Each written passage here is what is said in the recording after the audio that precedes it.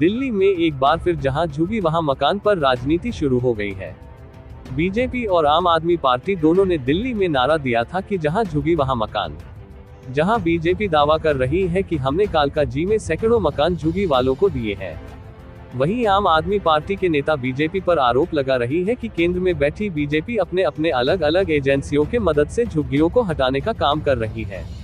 दिल्ली में इन दिनों कहीं डीडीए तो कहीं रेलवे तो कहीं एमसीडी तो कहीं फॉरेस्ट के द्वारा डेमोलिशन ड्राइव चलाया जा रहा है और अभी तक हजारों झुग्गियों को तोड़ा जा चुका है।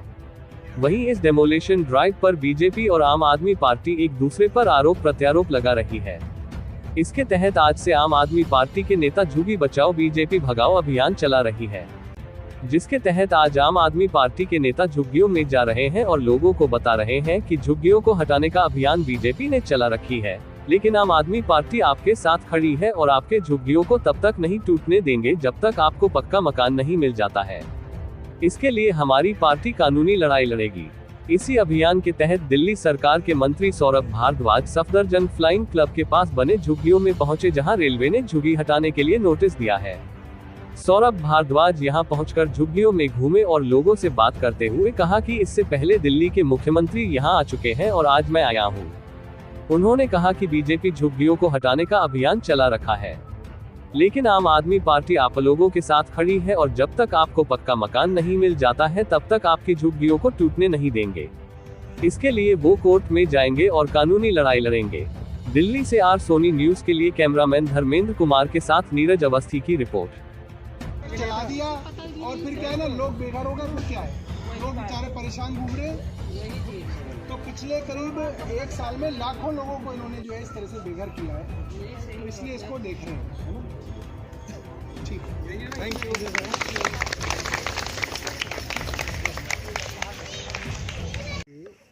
ये बात बड़ी आम तौर पे मैं देख रहा हूँ कि भारतीय जनता पार्टी की केंद्र सरकार द्वारा चलाई गई जो एजेंसियां हैं, जैसे आर्कियोलॉजिकल सर्वे ऑफ इंडिया है, रेलवे है, डीडीए है, एलएनडीओ है, ये सभी एजेंसीज इनकी ज़मीनों पर जहाँ जहाँ पर भी जे क्लस्टर्स हैं उनको डिमोलिश करने की एक साजिश कर रहे हैं।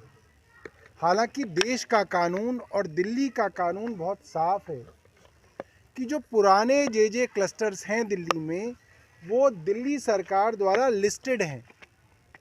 उन क्लस्टर्स की लिस्ट कोर्ट्स के पास है, यानी कि ये क्लस्टर इतने पुराने हैं कि कानूनी तौर पे आप उनको उजाड़ नहीं सकते। आपको उन जे क्लस्टर्स में रहने वाले लोगों को पहले वहीं पर इन सीटू मकान देने पड़ेंगे। मकानों में जब वो शिफ्ट हो जाएंगे तो आप झुग्गियों को डिमोलिश कर सकते हैं। ये देश का कानून है, मगर उस कानून के खिलाफ, कोर्ट के आदेशों के खिलाफ, मानवीयता के खिलाफ भारतीय जनता पार्टी की DDA, railway, ASI, Delhi police ये बार बार देखने में आ रहा है कि डिमोलिशन कर रहे हैं। जहां हम खड़े हैं, सफदरजंग फ्लाइंग क्लब के पीछे का ये छोटा सा झुग्गी झोपड़ी क्लस्टर है। छोटे छोटे बच्चों के साथ लोग रहते हैं। मैंने कईयों से बात की, आसपास के सरकारी स्कूलों में वो बच्चे पढ़ते हैं।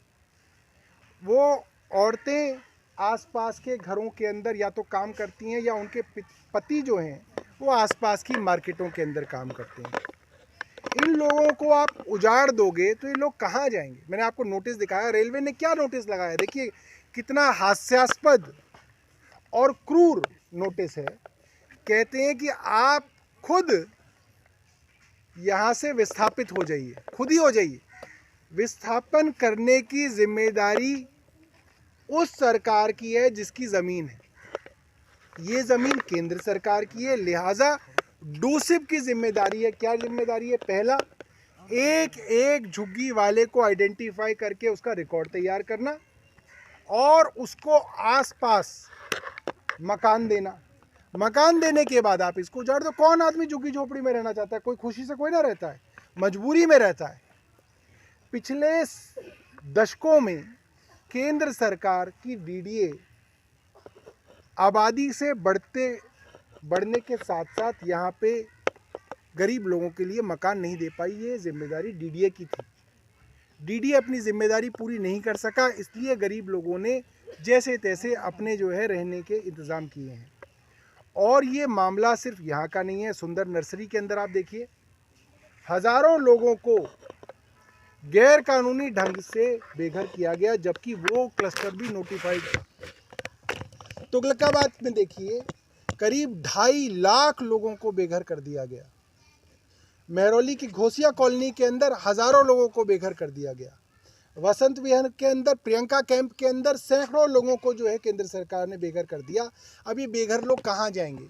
ये वही लोग हैं जो आपको फ्लाईओवरों के नीचे, फुटपाथों पे और अलग अलग इलाकों के अंदर बेचारे रहते हुए दिखते हैं। और फिर भारतीय जनता पार्टी कहती है इतने सारे बेघरों के लिए क्या किया जाए।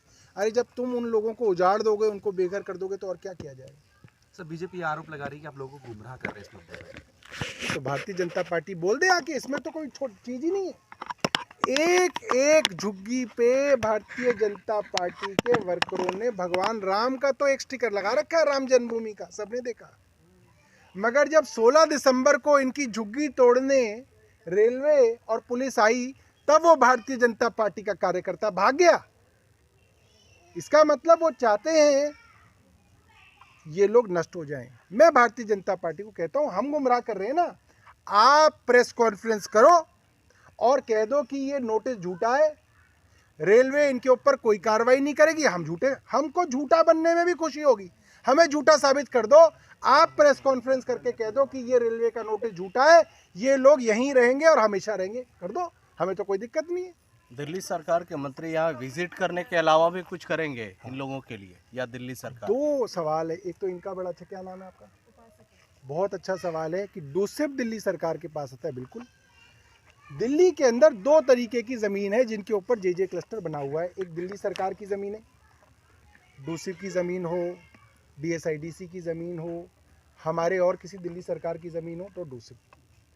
केंद्र सरकार की ज़मीन हो, LNDO की ज़मीन हो, रेलवे की ज़मीन हो, DDA की ज़मीन हो, जहाँ जहाँ केंद्र सरकार की ज़मीन है वहाँ पे इन लोगों को मकान देने की जिम्मेदारी DDA की है, जो केंद्र सरकार के अंदर है। यहाँ की जिम्मेदारी DDA के पास है। जहाँ जहाँ ज़मीन दिल्ली सरकार की है वहाँ पे उजाड़ने से पहले उनको मकान देने की जिम्मेदारी डोसिप की है। ये बहुत क्लियर है। अब हो क्या रहा है मैं आपको ये भी बता देता हूँ कि कोर्ट में क्या खेल खेला जा रहा है। उसमें डोसिप के वकील भी मिले हुए हैं। डोसिप के भी कुछ वकील कोर्ट में खेल खेल रहे हैं। क्या खेल खेलते हैं? केंद्र सरकार की ज़मीन है, केंद्र सरकार कहती है हमें इनको डिमोलिश करना है। डोसिप के वकील को बुलाते हैं, कहते हैं हाँ जी इनको कहीं ले जाओगे? वो कहता है हाँ जी हम ले जाएंगे, इनको रैन बसेरे में ले जाएंगे, बस लगा के रैन। अब एक बात बताइए, जिनके पूरे के पूरे परिवार हैं, जवान बेटियां हैं, छोटे छोटे बच्चे स्कूल जाते हैं, बुजुर्ग माँ बाप हैं, वो क्या रैन बसेरे के अंदर रह सकते हैं? रैन बसेरा सिर्फ रात को स्टे करने के लिए, परिवारों के साथ आप वहाँ पे ज़िंदगी नहीं बिता सकते। तो ये बदमाशी पिछले कुछ दिनों से कोर्टों में भी चल रही है। और मैं कोर्ट्स को भी हाथ जोड़ के विनती करूँगा कि जब तक इन लोगों के लिए आप वहीं पे मकान ना दें, तब तक इनको उजाड़ने का कोई ऑर्डर जो है ना दें। सर, आपने मकान की बात की तो TMC सांसद शताब्दी राव, उन्होंने कहा है कि जैसे गरीबों को मकान बना के दिया जाता है BPL को, ऐसे ही भगवान राम को बीजेपी ट्रीट कर रही है। ये सब जो है ना बिना वजह की बहस है। जो आदमी ये कहे कि मैं भगवान राम का मंदिर बना रहा हूँ, उससे बड़ा जो कह सकते हैं गलत बात कोई हो ही नहीं सकता। अरे भगवान राम ने पूरी दुनिया बना दी, पूरा ब्रह्मांड बना दिया, हम सब बना दिए, हमारे मकान भगवान राम ने बना दिया, और कोई कहे कि मैंने भगवान राम का मंदिर बनाया। अरे ये तो मूर्खता है। भगवान राम को जब जहाँ मंदिर बनाना था उनकी मर्जी से बन रहा है, उनकी मर्जी के बाहर कोई ना बन रहा है। आम आदमी पार्टी ने भी कहा था जहाँ झुकी वही मकान, जब नारा दिया। कहा था नहीं, हम तो अभी भी यही कह रहे हैं, जहाँ झुकी वही मकान, और जब तक मकान नहीं देंगे तब तक इनको उजाड़ा नहीं जाएगा। ये हम इस चीज़ पे आज भी खड़े हैं। सर जी, एक बड़ा पॉलिटिकल डेवलपमेंट हुआ कल। मुख्यमंत्री अरविंद केजरीवाल और दूसरी तरफ से कांग्रेस के अध्यक्ष